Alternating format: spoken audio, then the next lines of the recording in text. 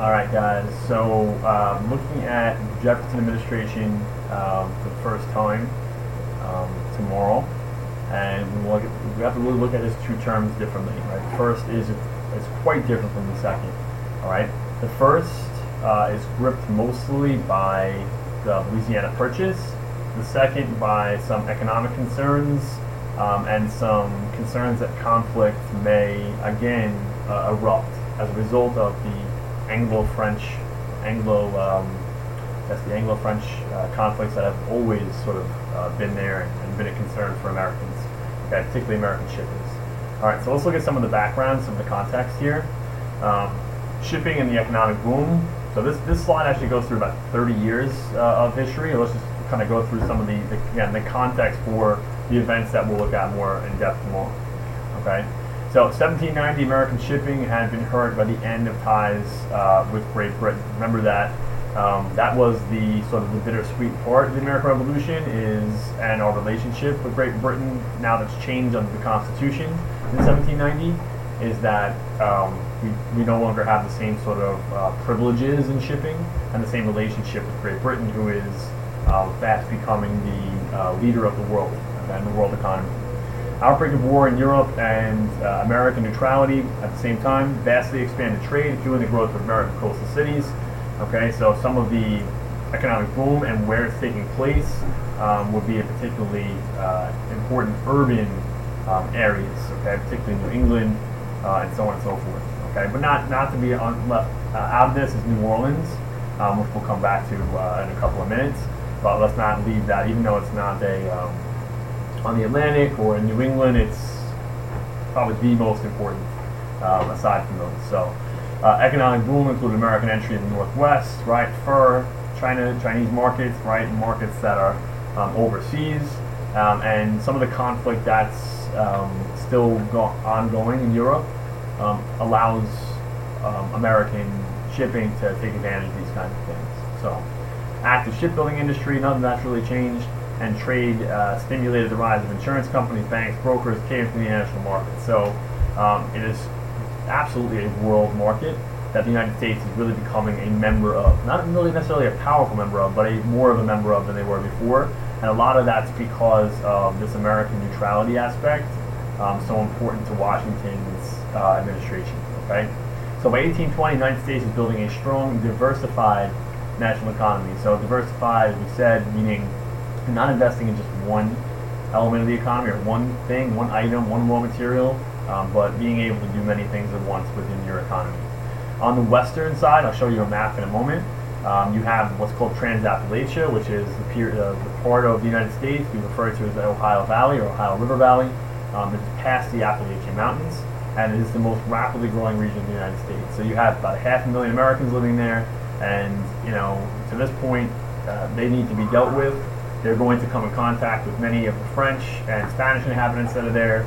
And so this is something that any new president is going to have to deal with. So remember, all this context we're looking at are things that Jefferson as president will have to deal with when he does enter the office. Okay? Cotton, the economy of the young republic. Let's actually come back to this, but just want to point out that cotton has become the new crop. Okay? We have to come back to cotton in a big way. Eventually it becomes king, as they say in the South. Okay, but plantation regions of the South were heavily involved in marketing crops overseas and so on and so forth. So I just want to remind us of the fact that they need to get access to the Mississippi, right, in a way that is actually useful for them. So speaking of Mississippi, we're looking at it here. I'm sort of drawing it very loosely on the map here. You see that this is Spanish Louisiana. Okay, this is the Ohio Valley we were just referring to. Here's the Atlantic seaboard, right? All those sort of coastal cities sort of stuck out here. Charleston, for example, New York, and so on and so forth. All right, and New Orleans down in this area here in the Gulf of Mexico, right? With that sort of avenue right to the Caribbean and the markets there. Okay, so this is Spanish Louisiana at this point, but it will very quickly become French. Okay, once more, it has been French in the past. Okay, and these are the things that Thomas Jefferson is dealing with as he comes into the White House. Okay, so. This is not the White House, but this is Monticello. This is Thomas Jefferson's home on his mountaintop, where the name comes from. right here in right there in Charlottesville, Virginia, and is the model of what it means to be classical, okay, in architecture. And we've seen that this type of look in architecture in many other places, including Washington D.C. and so on and so forth. So he designed this himself. Of course, it's built for slaves, okay. But he does have a very strong belief in the veneration or the worship of the plow and of farming, okay, and what's called or referred to here as Republican agrarianism, okay. So farming is a very important part of his lifestyle, okay. So again, I keep saying this, but coming into the White House, these are the difficulties, the concerns, the questions, all surround those types of things. As you can see from this map, and this election map, you have a lot of non-voting territories, which will eventually become part of the United States and will be voting territories. But here in this purple color, right, or mostly the South and West, even this northern states area, are all really the western areas, okay, the western areas of these places. So, this is where the vote for Jefferson is coming from. That the pink areas for us in New England, a lot of the coastal areas are for Adams and the Federalist Party, okay, or what remains of the Federalist Party.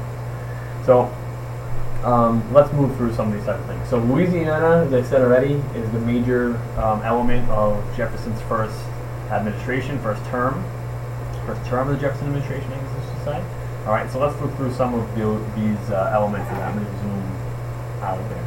All right, so given this context, so all those things we just discussed, right, all the elements of the politics and what's going on in shipping and the economics and so on and so forth, what must or might, right, be some elements of Jefferson's vision for the West? So as far as the election of 1800 is concerned, he is a representative of a certain kind of people, right? So you go back to this map, he is a representative of these people. These are the people that put him in office, the West, right, South and West, and so they're the people that, are going to see that, their goals are taken care of, right? That Jefferson does deliver on promises that he absolutely made to these people, okay?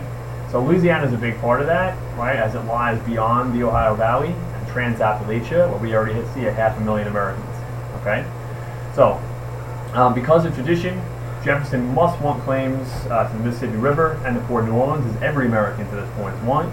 We've seen that lost with the Jay-Gardoqui Treaty, all right, and other elements in American history to this point that have either given up something regarding that for at least a period of time, okay, but have always been the site of controversy, unfortunately, okay. So what changed and what stayed the same? So a Haitian slave revolutionary like Toussaint Louverture seized the island of Haiti, right, which is just off the coast. If we just go to the map one more time, might be helpful. Right, Haiti is right down here. I have to look at it, I can't see. All right, but I'm looking at Haiti right here. So the island of Haiti, very close proximity to the United States, and Louisiana territory is, all but inhabited by slaves. Okay, is in fact the reason why the slave revolution there worked, because there's just so many of them. Napoleon's plans for Haiti are to feed the slave population there with granaries in Louisiana.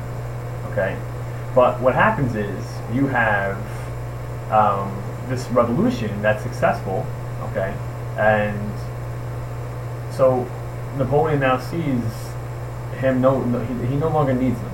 So in other words, you have these granaries here to feed these people. If you no longer control these people in this area, you no longer need this area.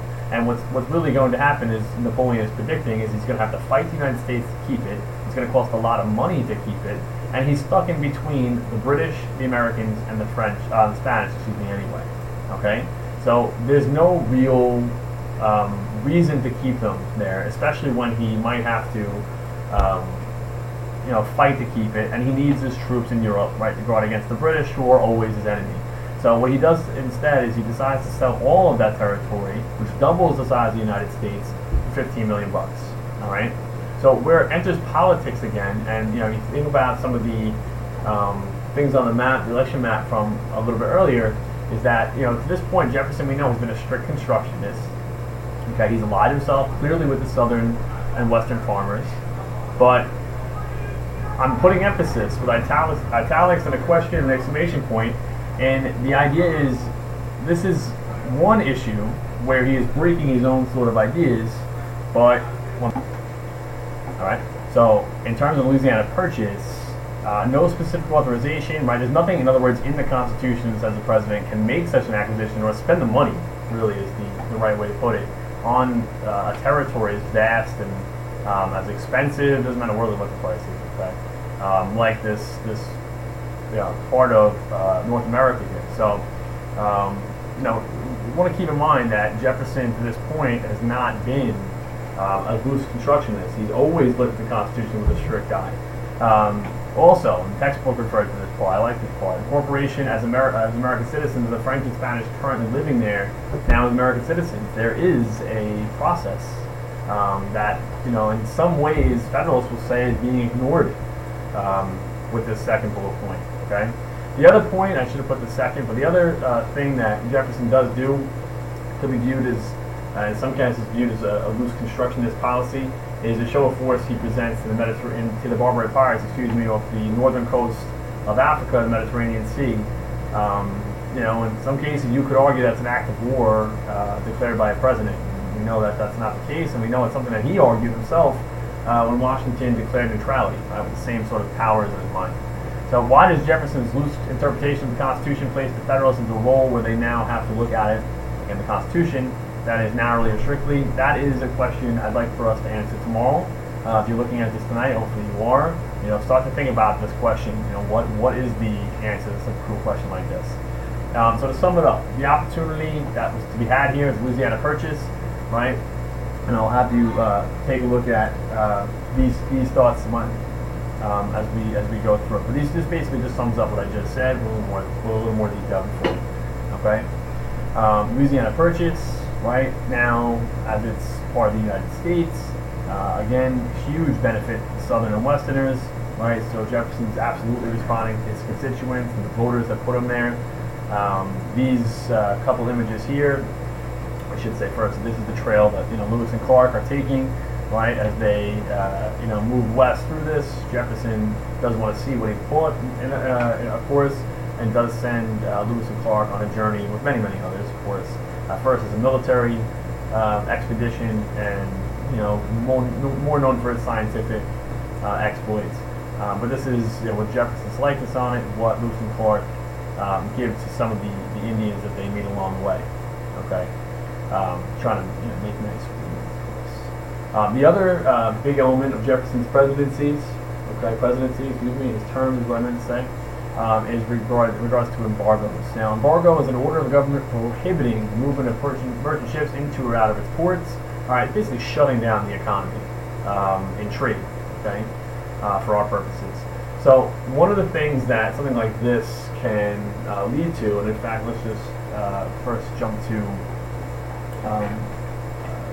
after a definition of embargo. Let's jump to the Chesapeake incident. So. The restarted conflict between Britain and France, right? It had died down for a little bit. Now it does come up again, and with it, everything that came with it before, but impressment among other things. Okay, so the Chesapeake incident arises over this issue of impressment. Okay, you have the Chesapeake, the American ship. The Leopard is the British ship. Okay, the British sees the Chesapeake, wants to search it, possibly. Force sailors into the British Navy if they feel that they were British in fact in the first place, right? Maybe take some cargo off the ship, commandeer the whole ship, we don't know. But use impressment. So the Leopard orders the Chesapeake to submit to a search off the coast of Virginia, very close to Virginia. Chesapeake refused. Leopard decides to open fire, killing many Americans, wounding others. Okay, I think the textbook goes into a little more detail with that. If you want to take a look at it. All right. Jefferson responds by calling for an end to impressment, which we've done many times, right? He barred British ships from American ports, okay? And he puts an official embargo act of 1807 out. Now tomorrow, let's go a little bit more into this. What does the embargo act of 1807 actually do? Why is it eventually replaced? Someone says something about its popularity right away. Who is it popular with, if anyone? Who is it hurting? Who is it unpopular with politically, economically? Maybe they're both. All right, but let's take a look at that. So, a couple questions for tomorrow already.